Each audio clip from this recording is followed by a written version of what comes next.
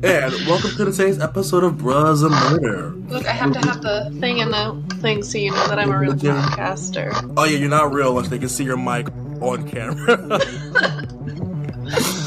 Wait, welcome back to the podcast where we cover true crime cases with color and play you music from upcoming artists. But today, the gang will explore some bizarre criminal cases. Yeah, we're gonna Scooby-Doo this shit. And today is only me and Kelly, aka the Pussy Posse. Hell yeah, brother. And boy, do we have a case for you today.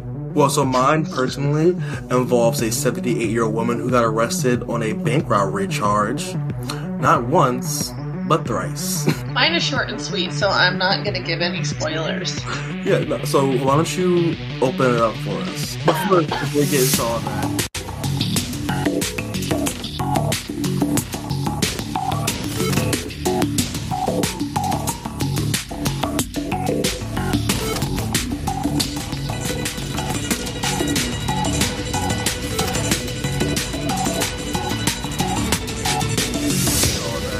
Make sure you subscribe wherever you're listening to this podcast or viewing us, because we are on YouTube too. We're so cute. I should probably start putting makeup on for these. You said no. No. No. So yeah, and if you want to hear some ad-free listening, check out our Patreon. So now, Kelly, let's get into it. So, yeah, this is fun, short and sweet, but... Excuse me, sorry. Girl boat. I'm drinking seltzer, I can't help it. Okay, so you're familiar with the Bodies exhibit, right? Yes. But for those who may not have heard of it, why don't you explain it? Okay, the Bodies exhibit is this exhibit where, it's like a science exhibit where there's all these corpses in various stages of like positions or like cut open or what have you, essentially for science, so that you can see the inner workings of a body, and like they're preserved in a way, they're real humans that are preserved with like, instead of having their bodily fluids, they're filled with like plastic, like all of their arteries and shit like that, and then they don't have skin. Well, some of them do, but most of them don't have skin. I think that's intentional also so that you don't know who they are. I think so. Yeah. You don't want to walk in and be like, oh my god, that's my cousin. Yeah, it has gotten in trouble before because like originally a lot of the cadavers were taken from like, they were like Chinese political prisoners or something like that, or like... Oh, I think I heard about that actually. Yeah, so a lot of those ones were sent back, but they say most of them now have been donated. So I didn't see the Bodies exhibit until I was an adult, and I saw it in Atlanta. And there was, which is I guess another controversy or something that they have, but they have like 2 cadavers, like...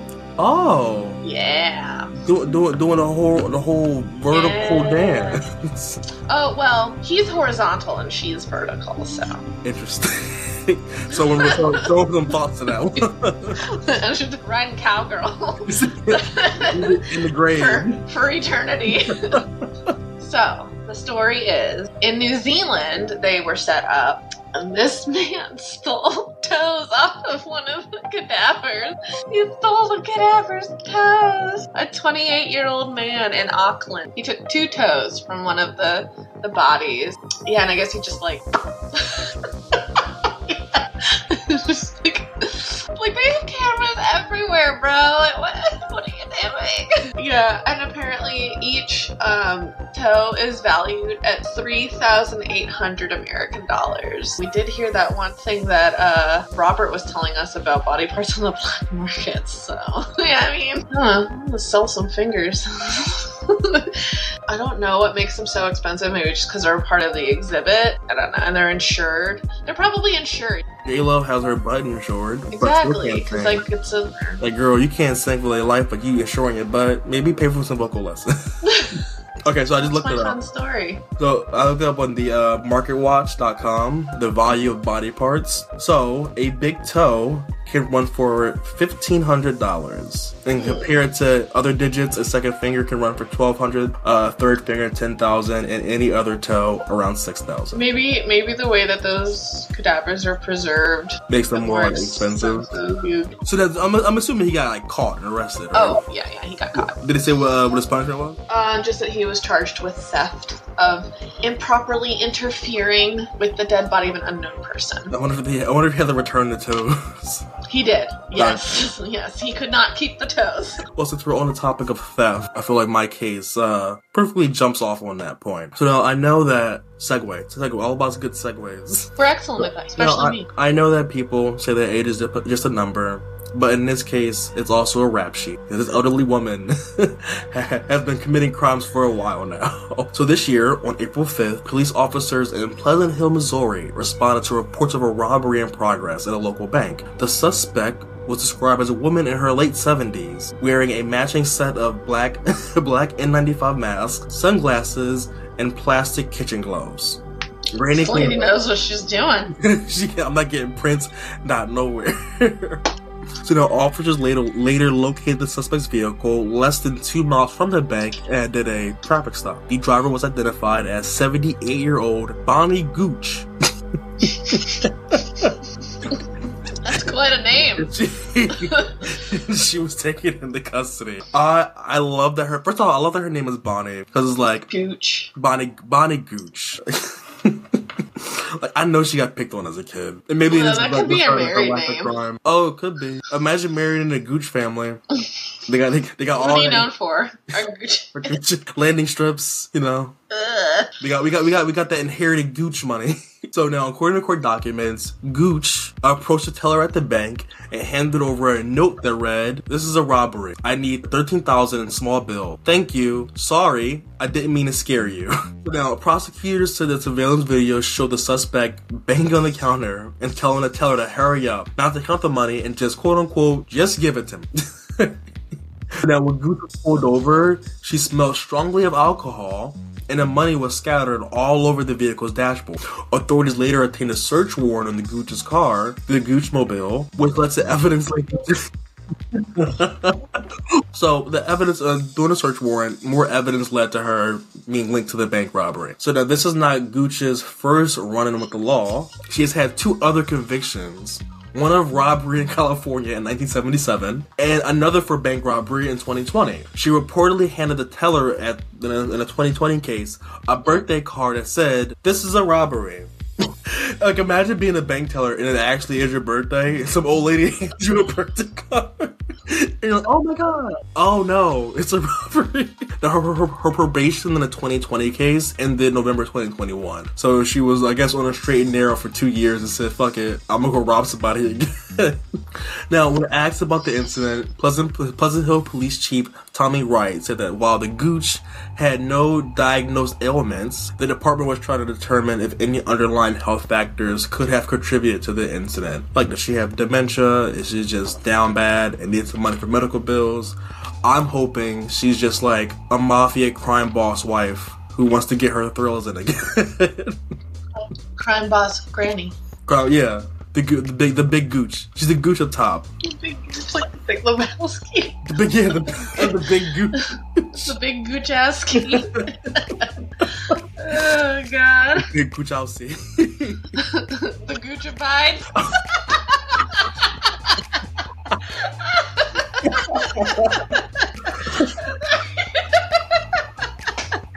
The god Gooch.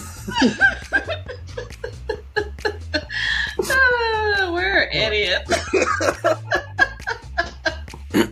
Man. But yeah, no.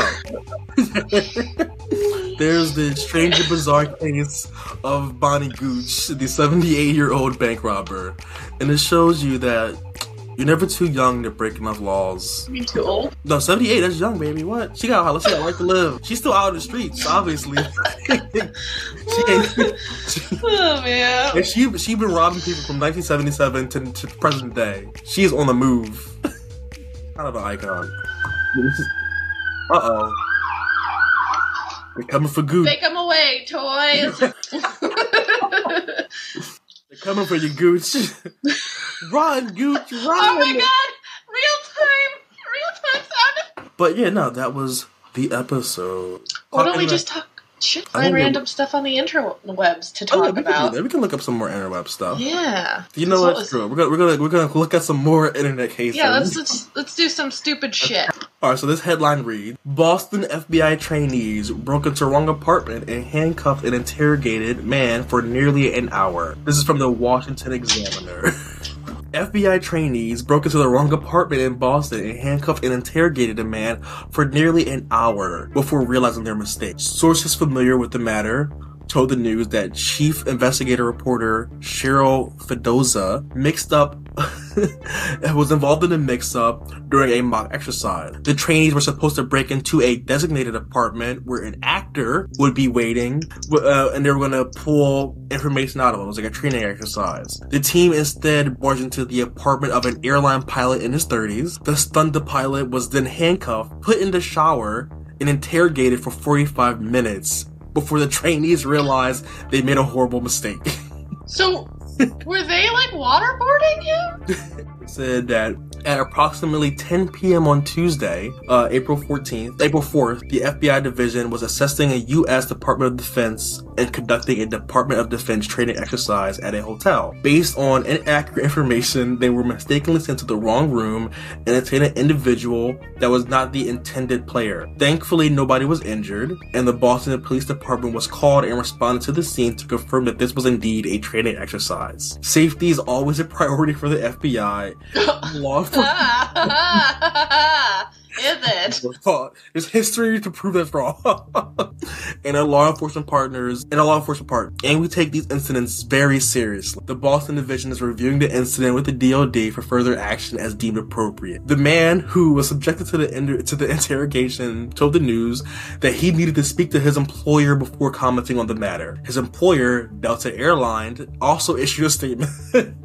Delta Airlines said, "We are looking into the reports of the alleged incident in Boston that may involve our Delta people. We have nothing further to share at this time." The wrongfully detained man also refused any medical evaluation when approached by emergency personnel. Fuck away from me, yeah. Leave me alone, I want to go home. Oh yeah, no, you come out your bag for this. Money me, money now.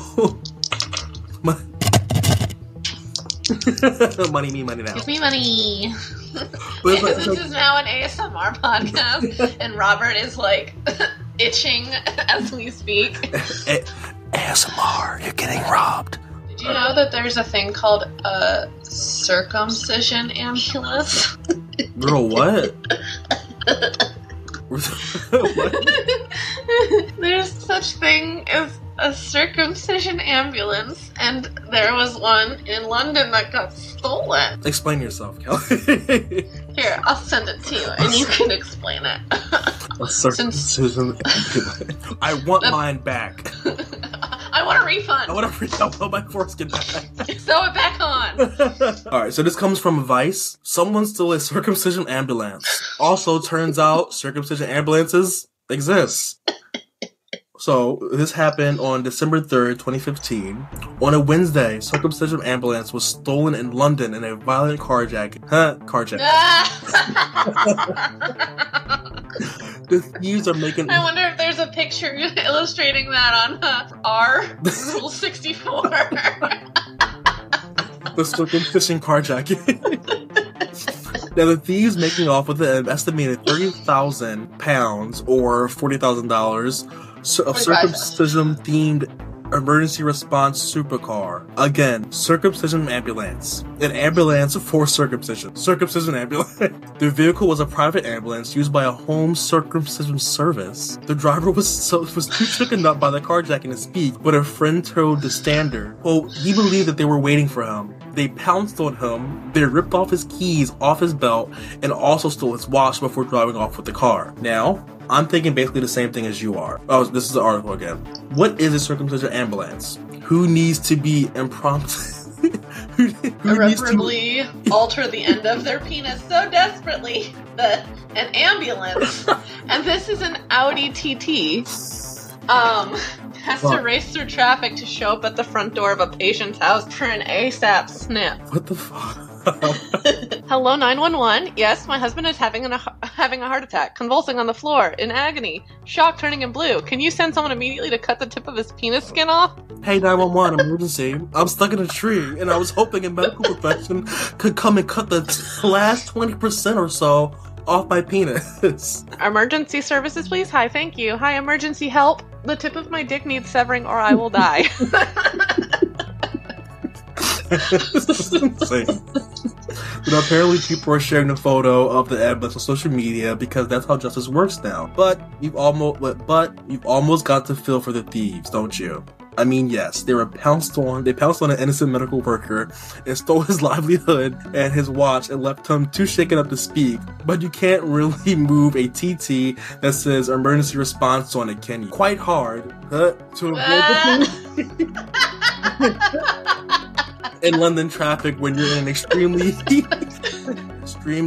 cognito ambulance with an overwhelming vibe of dick chopping about it. Hello, sir, it's me, the police. Can you tell me where you got this Audi TT that says ambulance on it, please? Can you explain to me why you have a truck full of foreskins and where are you taking them? I wanted to be calamari for dinner. The good old PP mobile. There's something wrong. That's insane. I mean, even as like a business itself, like who comes up with that business? And how much business are you getting? I don't know. Booming? Is business coming? Oh my god. But you know what, on that note, this is the episode. I hope you enjoyed these dumb true crime cases. And if you have, please subscribe to the channel for more content like this. And stick around for the music. More foreskin ambulance. Yeah. And Carjacking. Hide your foreskins and your foreskin ambulances because they rob at everybody around here. So stick around for the music. And kisses from the homies. We'll see you next time. Ooh.